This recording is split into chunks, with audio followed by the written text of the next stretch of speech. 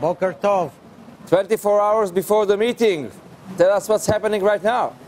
Yes, it's quite a lot of anticipation going on. Today the focus is on the Singaporean Prime Minister, who yesterday met with Kim Jong-un and right now is meeting with Donald Trump. But Singapore is stressing that it's not really taking a mediation role in all of this. It is just the host. They're here to serve coffee and tea and let these two leaders go at it tomorrow morning here in Singapore.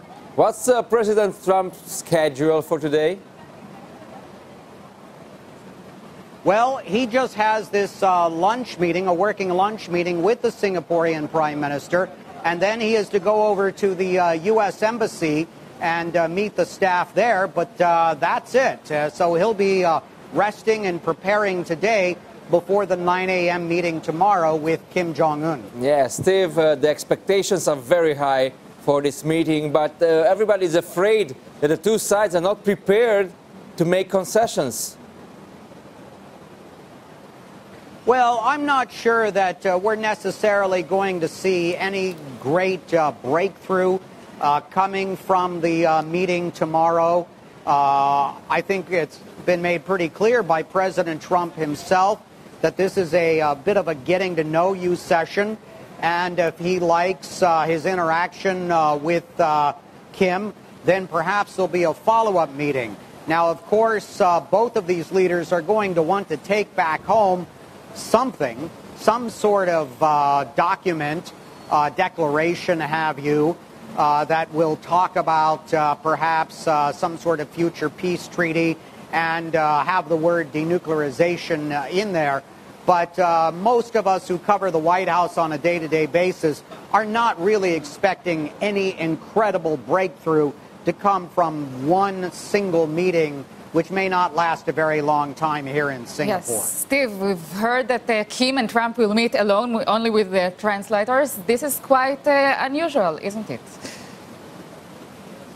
Yeah, that would be very unusual. We don't have that confirmed at this point. We were just talking to some White House officials to ask them, you know, are the two leaders, after they have this initial meeting, are they perhaps going to have lunch together?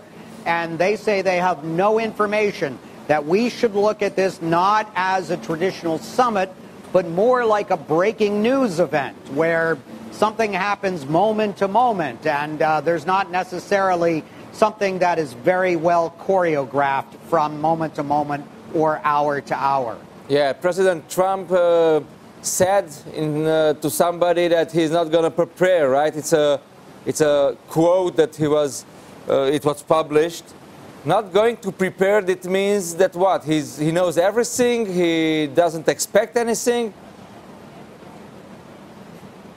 Well, what he is saying, and we had a discussion with him in Quebec, Canada, just before we left the G7, where we asked him about that, myself and some other reporters, about how he was feeling, his expectations.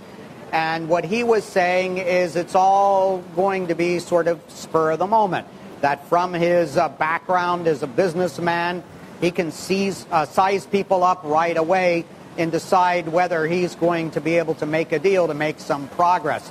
Yes, very unconventional diplomacy, but a lot of independent business people do deal with their businesses that way. So for Donald Trump, this is just one more business deal rather than some sort of historic diplomatic encounter. Yeah, well, history is anyway being made as we speak. Steve Herman from Voice of America, thank you so much for talking with us. Thank you. My pleasure. Toda raba.